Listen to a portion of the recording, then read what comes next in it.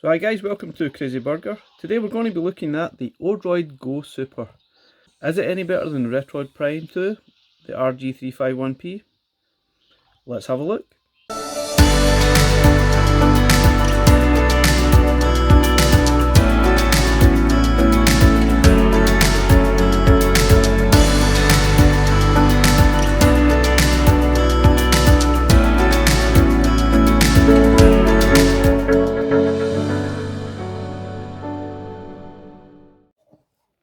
Okay guys, so this is the Odroid Go Super. Now it comes in this sort of little box. It's sort of packed with a bit of styrofoam around it. Nothing particularly special, there's nothing fancy about it. And it comes complete with a USB-C charge cable, and that's pretty much it. That's all you get. And you don't even get a memory card from it or anything. When you turn it on the power switch, this is what you're treated to. So it's basically useless straight out of the box. So if you're buying one, make sure you purchase yourself a memory card. I've purchased myself a 128 gig memory card. You could probably purchase a 64 gig or 32 gig, depends how many ROMs you're going to be planning on putting on it. But obviously out the box it's absolutely useless. So you need to start by flashing, choose your firmware. There's plenty of options. I'll leave a link in the description of all the firmwares available. I thought the two best were probably Batocera or EliteColeyBoy. I've installed or flashed Batocera to this, and it's relatively straightforward to actually flash. And once you download the actual file and flash it to your memory card, it's actually quite straightforward to do. I'll leave some links in the description of the sort of tools I use to do that. But that's probably, it's fairly easy. And then all you have to do after that is insert the memory card into the machine, and then it will install. It doesn't take too long, and then you can then take your memory card out, put it into your machine, or you can link up via a PC and add ROMs that way. But we'll go into more detail in the video, but first let's have a look at the actual unit. So it's got dual thumbsticks, which are not the greatest. If you sort of have a look, they're pretty flimsy. They're not the worst, to be honest. I don't think they're great. But some of the games I've played, I've not actually used them. It feels more comfortable to hold the sort of handheld like this and sort of play that way. And the sort of usual buttons here, they're not great, but they're okay. They're functional. Same with the D-pad. It's not the worst, but I think they're all on the small side. You've got a start button up here, and none of these are actually labelled, but they are. This is what they are. Start button. This is a select button, and you've got these strange mushy buttons down here. These are sort of rubbery. Mushy buttons. I don't actually know what these two buttons do. These are like function buttons, which serve a purpose somewhere, but I'm not sure if it's maybe in some of the computer sort of emulators, maybe you'd use them. These two here are similar. These are function buttons. This one is you can use for save state purposes, and this one actually just changes the menu music.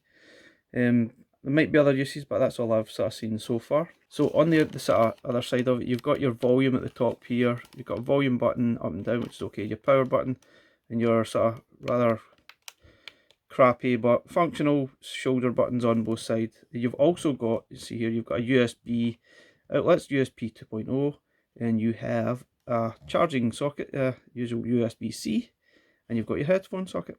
And this thing here is like some sort of a thing for future, I think. Not exactly sure what it is yet. And that's pretty much it. You've got your memory card slot down the bottom, which again doesn't come complete with it. And you've got a speaker on the back, and you've got sort of vent here, which I guess is going to help cool it down. There's some sort of LED lights here. Bit of a strange place to put them. And that's pretty much it. Now if you want to change the thumbsticks, you can actually do that. You can open them up, but it is probably not the easiest task, so do so at your own risk. And I don't see them to be too bad, to be honest, but if you feel that there is a problem, then by all means. You can actually add some thumbstick covers, but the ones I have, like for the Switch or the Xbox, for instance, they really don't fit. They just fall off. So for now, that I'm just going to sort of live with them as they are. So some of the specs of this, obviously you can see that the most striking thing about this is the large 5-inch 854 by 480 LCD screen, and it's absolutely fantastic. This is definitely the biggest selling point for me, and it has a 4000 Millie app.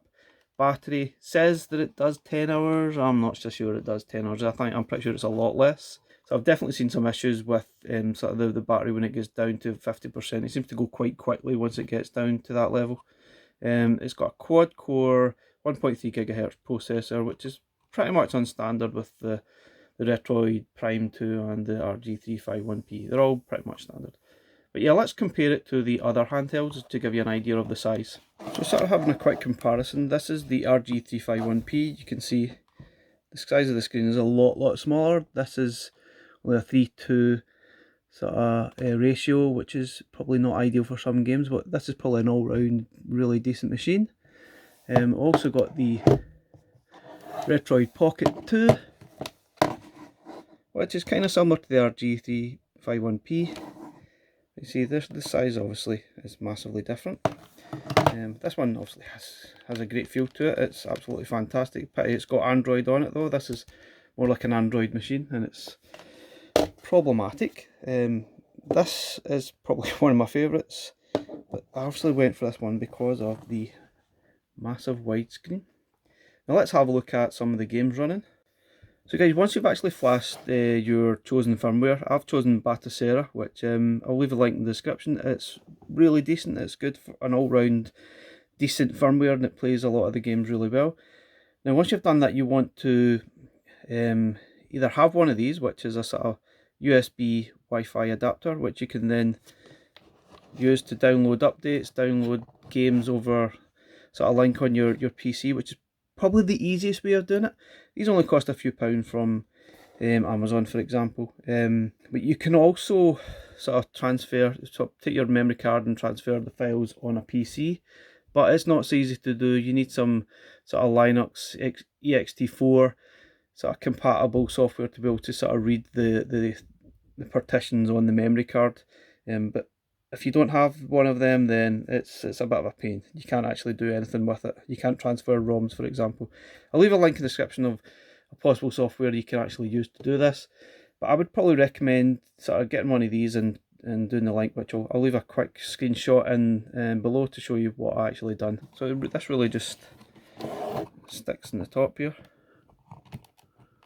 like so, and you sort of put in your details, which I'll show you in a little minute. And then you put your memory card in and get started.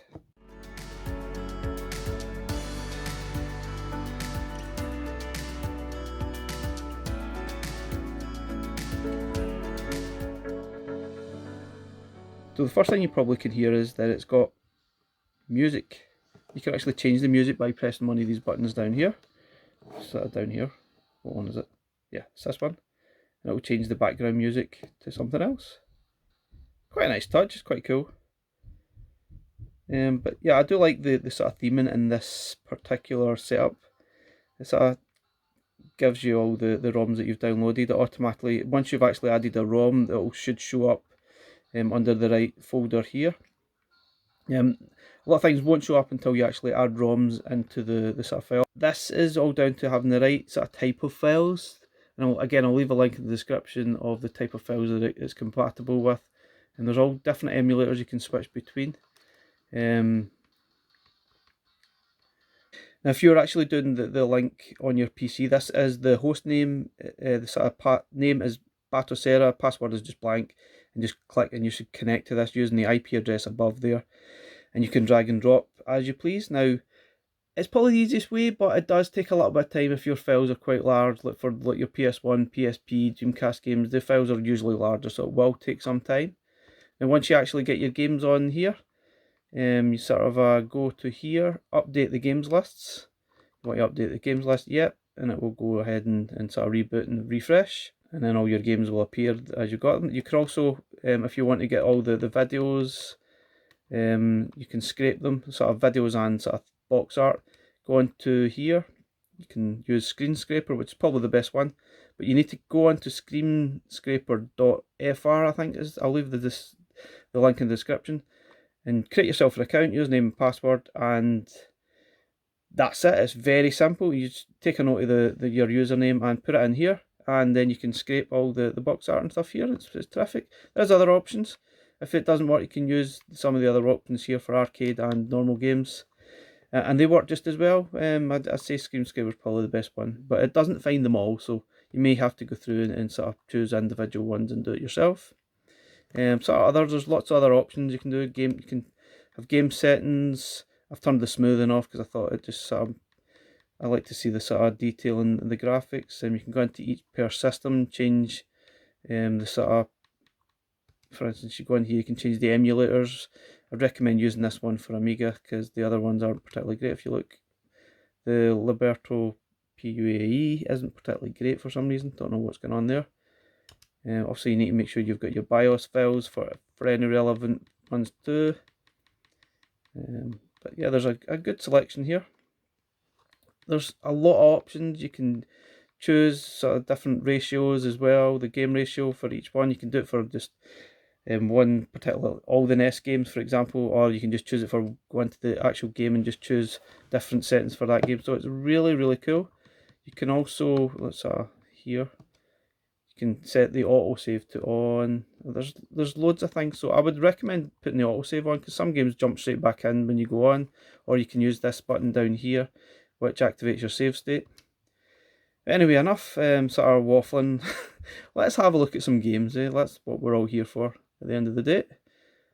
So I've not got everything that we can get here, but you can add favourites as well. I've only added like one, I think, just now. Some of the box art's missing, but so you've got Amstrad. This plays quite well. This is Switchblade. I'm not going to show that running though. You've got obviously your arcade games. I've only sort of downloaded a few, but they work exceptionally well. And the emulation, this is terrific. I like that it has bezels as well. I need to also mention that. And you can change them. You can turn them off if you don't like them. It's really up to you. It's a personal sort of choice. Now this is Final Fight, and obviously I think it emulates really well. It's probably, there's no slowdown as far as I could tell, and it plays really well. Sounds great too.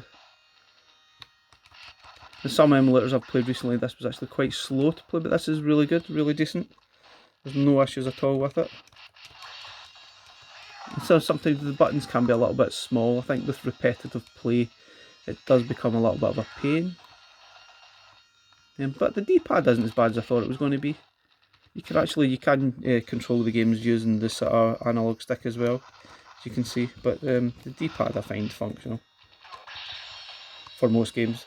You do have to use the analog stick for Dreamcast, some Dreamcast games, and most of N64 games. But yeah, let's jump out. So to jump out, go back, you'd really just hold down the two select and start buttons. You can also, you've got save states. If you press that, you get some mess about with dip switches and stuff. Dip switches, sorry.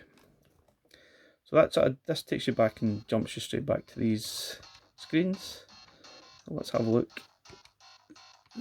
So many games. I do love the style of this, where you can view all the sort of different games. Then if you stop for a little bit, I will play an actual video of the game, which give you an idea what it's all about, which is really impressive. I really love that.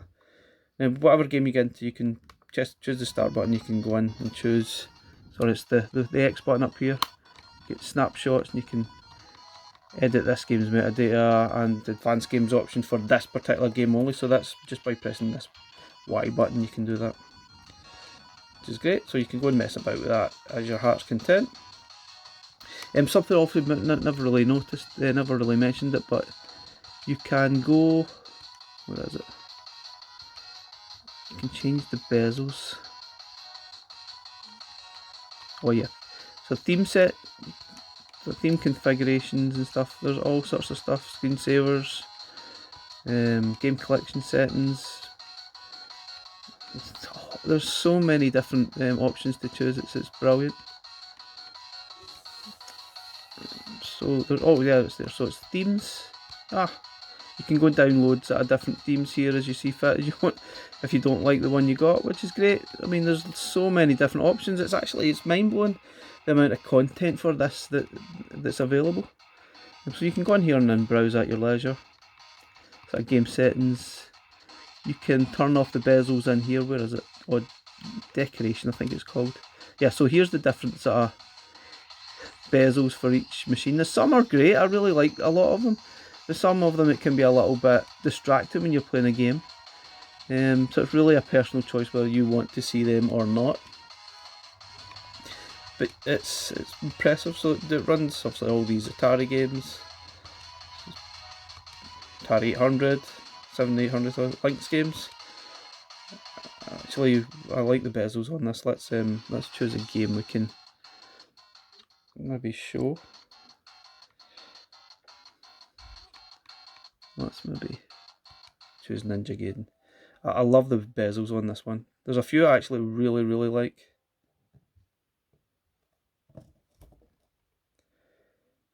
So you see the sort of bezels and the sides here, the Atari Lynx, like, which I think is really brilliant.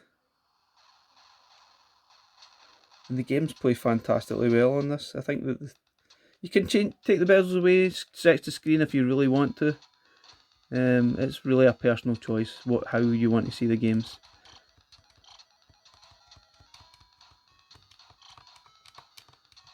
Well, let's move on. So let's sort of press and go back out. ColecoVision. I've not got that many games on here, but again, great fun. They play really well to it. Commodore 64 games. They play really well. Actually, the emulator that I chose for this is quite important. There is a few different emulators for this. Let me jump on. So per system, C64. Now one of them didn't run very well at all. The one I'm running is Liberto Vice X64. The standard Vice one really was awful. It's just really slow. But let me jump onto a game here and I'll show you how nice some of the games look. It's been sort of prepped up a little bit. It looks really good, really nice. Let's have a look at this. This is a relatively new game called Digiloy. So the sort of Commodore games generally they take a few minutes to download. Obviously I've played this before, so it jumps straight back to it. And they look really nice for Commodore games. I absolutely love that. And then generally you can obviously you press up on the D-pad to jump, but some of the button mapping jumps on one of the buttons too, which is brilliant. It makes the games actually even better to play. And I absolutely love that. This is a really cool game, to be honest. I love the bezels too. The bezels on this are fantastic. I'm not particularly good at this game. Obviously it's hard to play and do streams, but yeah, I like this. The games look really fantastic. They play perfectly on this. If you love your C64 games like me, then you'll absolutely love this. Again, they do take a little bit longer to load than normal games, maybe about a minute or two, depending on the game. But I'd highly recommend if you love C64, they look fantastic on this. This game's especially, obviously the larger sort of graphics and style is just fantastic. Anyway, let's move on to this. You see, it usually creates a save state so that you can actually quickly jump back into the game, which is fantastic. So got Amiga games. Some work, some don't. I had a little sort of issue here and there, but they take a little while to sort of load in. But this game does work. Got Speedball. I was having some issues with that. I need to look at some of the Kickstarter info. Amiga 6 CD32 works really well. So let's show you IK Plus. It probably works better than the actual Amiga. And you can see this game is IK Plus, one of my all-time favourite games. It was more or less brought up with the C64 version though. But this is fantastic. Probably one of the better versions I've played, along with the Game Boy Advance version. And it looks really nice, although there's a lot of black borders on this one. You probably need to sort of mess about and sort of change the ratios of the screen to your liking. But like, out of the box, this is still quite impressive. It's relatively easy to jump back and forth between the games. It's really quite quick. And I do love this larger screen size. It is very impressive. Got Intellivision, you can play any Intellivision game you feel like. This is Astro Smash, which is really decent and it's great fun. Get MSX games, PC Engine games, they all work particularly well. Let's have a quick bash at Parasol Stars.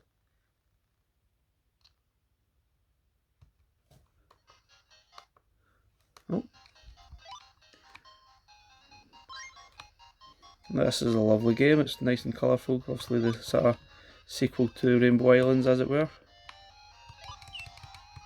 And it's, wow, it plays really well. Nice, bright, colourful. I don't think the video here is probably doing this justice at all. It looks so clear and smart. You can mess about with the settings to get it to your liking. You might not like sharp, or you'd rather it was smooth graphics, but I absolutely love the look of this.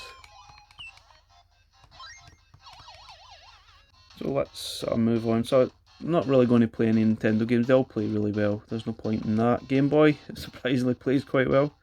So I'll maybe quickly jump in. You saw, I love the bezels that it does on this. So I'll push it back slightly. It's got the Game Boy bezel, which is really quite cool. It looks like you're playing Game Boy. You would probably forget for a minute, but it's plays it really, really well. So let's jump out of there. So we've got Super Nintendo again. They all play really well. So let's jump in quickly to F-Zero. And most of your standard stuff play really well.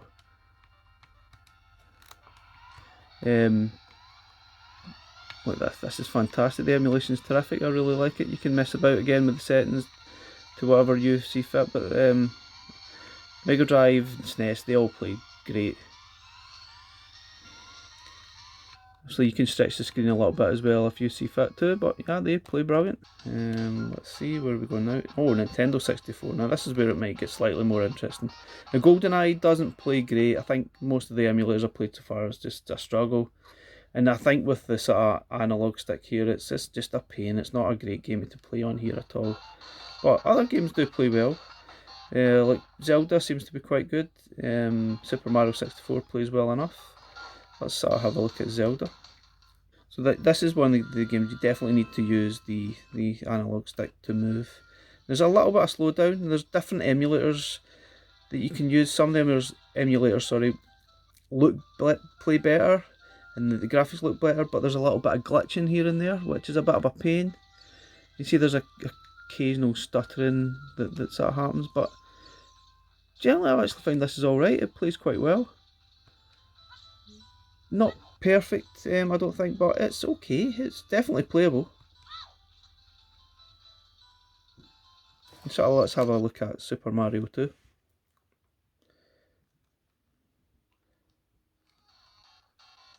Let's have a look at Super Mario, and this is quite good. It plays well enough. There's different, again, you may want to mess about the choice of emulators.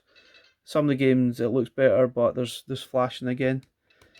But in general, it's just a personal choice. But look, this is Super Mario we're into, and it's fine, absolutely fine. A bit tricky to control in this sort of thumbstick though, but it looks well, plays really well.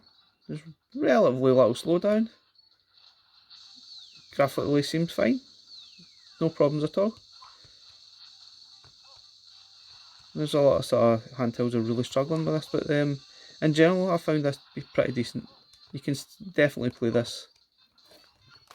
So we'll play Game Boy Color as well, which actually runs really well. I'm not going to jump into that though. Game Boy Advance, it plays pretty decent. You can sort of jump straight in. Let's have a look at it. It does. That was a warning there about missing BIOS. It seems to run fine without it. I don't really know why it is sort of doing that, but as you can see, it runs absolutely fine. Again, I love the bezels here. Makes you feel like you're playing on a Game Boy Advance. Again, personal choice. You can probably stretch this out to full screen if you want to. I'll show you one of the games running full screen in a minute. And it does look really good, but again, sometimes the stretch screen doesn't look great on some types of games.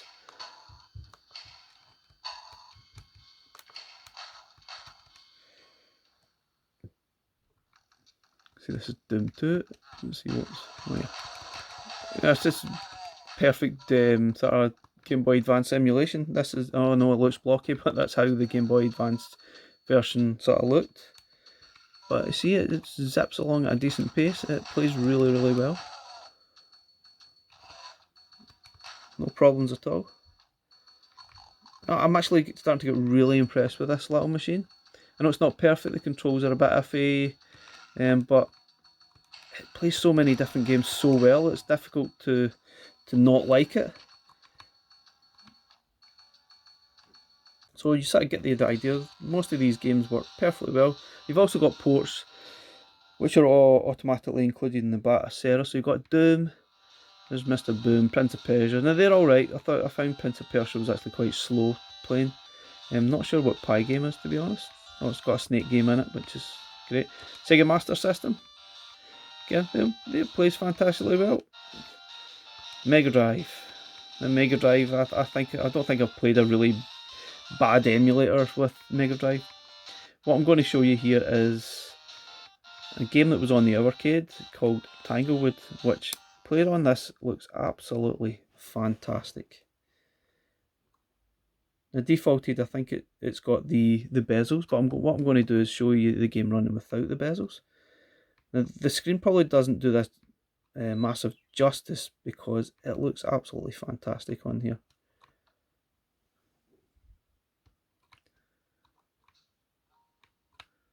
And I'd say this is probably one of my all-time favourite Mega Drive games, and it's only a fairly recent game too, which I discovered on the arcade, and it's terrific. It really is an absolutely terrific game, and it's a gorgeous little game too. Now let's have a mess about. I'm going to show you the game actually running full screen. Now this game actually looks really good running full screen. So we need to sort of jump out. Don't worry, it will do the sort of save state, and you'll be able to jump straight back in again. So if you press select, let's see, we go into game options, advanced game options, and leave the emulator as it is. Game ratio, so choose that. Then we need to make sure we turn off the bezels though. Decoration, so you need to have none to make sure this goes full screen. And let's go back and start the game again. And there we go, we got, oh, let's unpause. Now we have it, it's at its glory, it's full screen glory. And for me, this looks much better full screen. I don't think every game will work great playing it like this, but with that full screen, that 5-inch screen, it really should be taking advantage of it, and this looks terrific for me. This is what I bought the machine for. And graphically, it looks so crisp, it looks lovely. I'd say, yeah, it definitely looks better than the arcade version. Because this has a slightly better, I would have said it looks a slightly better resolution. Obviously you can change a lot of the settings here where you can't do anything with the arcade version. You're kind of stuck with the resolution that you've got. Hopefully we'll sort of get changes going forward with that, but I think this looks brilliant, stretched out in the big screen. Fantastic. Now let's move on to some other one. So that's that Tango. I absolutely love that. I would definitely play that. So you can play Mega CD games as well. Absolutely fine. They work great. They play exactly as they do on the original Sega CD. Sonic CD is really good. Not going to play that now. You can play Saturn games, but it's slow. I mean, the video looks quite quick here, but when you actually go in, it's kind of sluggish and slow, to be honest. So I wouldn't massively recommend that. 32X games, they all play great too. You got Sonic and Knuckles. This plays just as it does, absolutely fine again. Now let's jump into Dreamcast.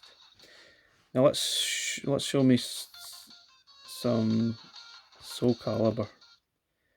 The Soul Calibur looks absolutely amazing on here.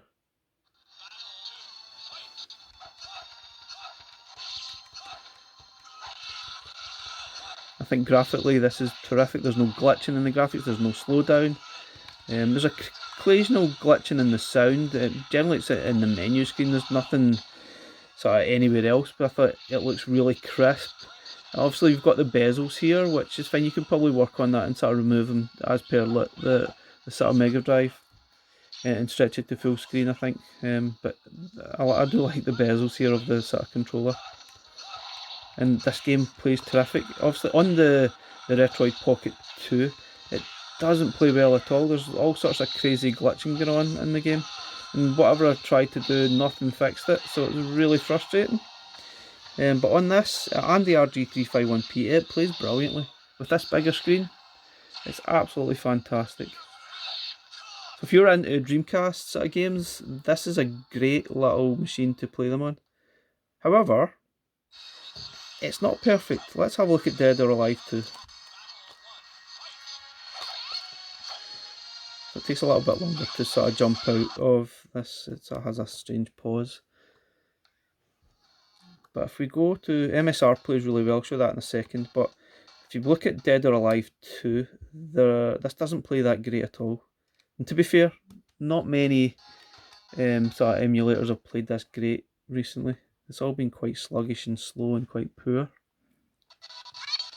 You can see it's got a lot of glitch in the sound. It's obviously struggling with the frame rate massively.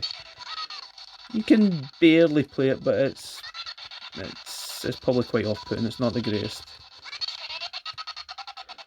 You see, not particularly great.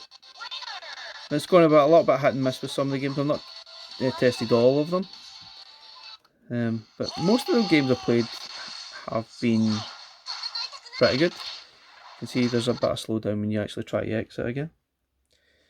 So let's sort of jump into MSR. It's one of my all-time favourite Dreamcast games. So the only thing I think about this game is that you have to use the D-pad, the sort of analog stick, and use the stick up here to accelerate it. Obviously you can go in and change the controls if you see wish, but this is what it defaults to. But you see, actually it looks really good. It does make it a little bit tricky to play sort of like this. But see, graphically it's terrific. The radio, in-car radio again, doesn't really work very well, which is a little bit annoying. You can just, it doesn't sort of choose and go through the radio station, but you can choose songs and play songs as you see fit when you're playing. But it's a bit strange why it doesn't work. None of the emulators seem to sort of play that. But you see, it plays really well, the actual game. There's no slowdown. Graphics are absolutely fine. Which is good. Though if it doesn't play music, it's not a sort of major problem. So you can't use the D-pad here because it's sort of defaulted to the, as it was in the Dreamcast. Obviously, it would just do the horn. So you have to use the analog stick, which makes it a bit tricky, especially when we're trying to sort of do the video and this at the same time. But once you get used to it, it's actually not too bad. There's a little bit of sort of stutter and slow down there when you're driving along, but it's not too bad. I'm just driving really bad here.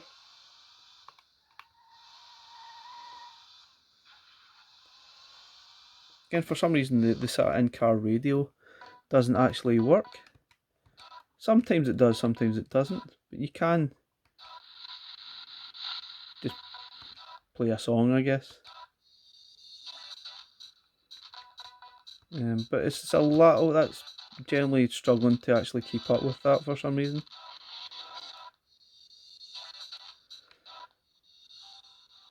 You can see it's sort of struggling to play it, but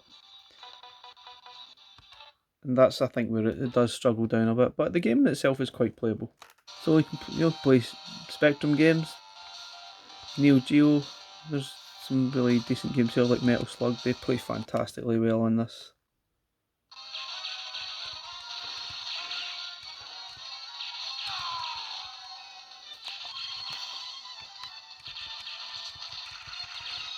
Oh, I'm not very good at this game, but it does play really well.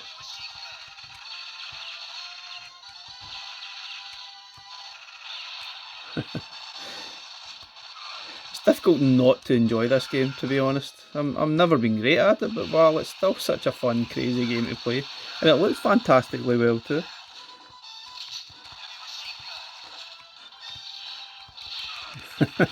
It's a crazy fun game. And as you can see, it plays fantastically well on this.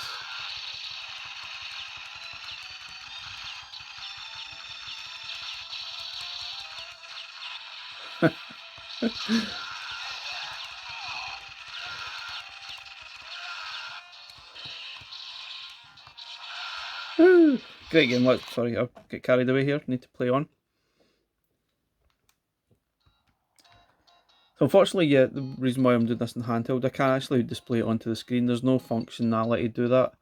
Same as the RG351P, you can't put that on the big screen. You can do it with the Retroid Pocket 2 though, but not with this. So I've only got one PS1 game, which is Wipeout. Again, it's talking about missing bios. Not really sure what's going on there because I've added them all, but it still plays well.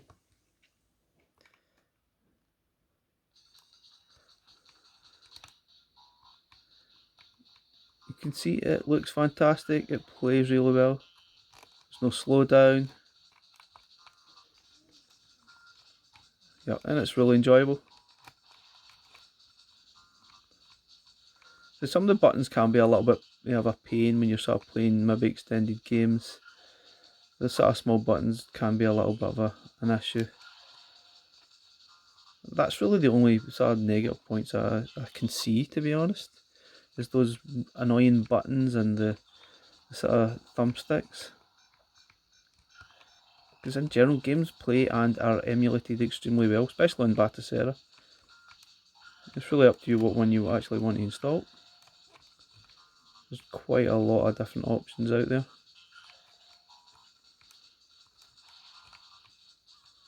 This is one of the games that sold PlayStation for me, Wipeout. Nothing like it at the time. It was just, oh, well, okay, you could maybe think about F-Zero, but this was, oh, it definitely sold the console to me. Absolutely terrific, especially the banging soundtrack as well. The sequels were probably better though than the original. The original was a little bit unforgiving if you hit the sides. You can see, but wow, fantastic game. So, oh yeah, so last one, PSP. And I found this one to be terrific. Right out of the box, made no attempts to sort of change anything. Occasional little start and slow down, but out of the box, wow, amazing. Like the Retroid Pocket 2 didn't play these games great out of the box. So a lot of slowdown requiring a little bit of frame skipping and stuff, but out of the box, this plays fantastic. So one of the best things you can see about the PSP emulation here, it's full screen standard, which is probably correct because this generally looks about the size of a PSP. If I give you an idea of the size. And you can see it plays really well. There's occasional stuttering, nothing major though.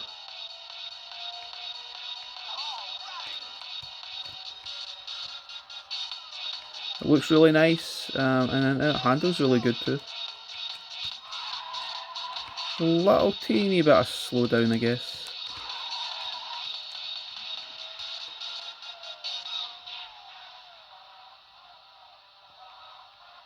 But yeah, in general, I think this is particularly good.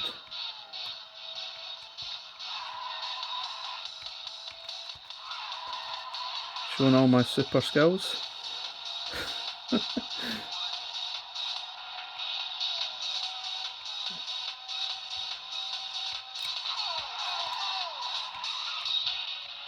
Whoa! Oh, Nitro, this is where it gets crazy. Oh, I stopped hitting things. Low on buttons of Nitro. Oh, hey. I have to admit, this is probably one of my favourite versions of Ridge Racer. This is really excellent.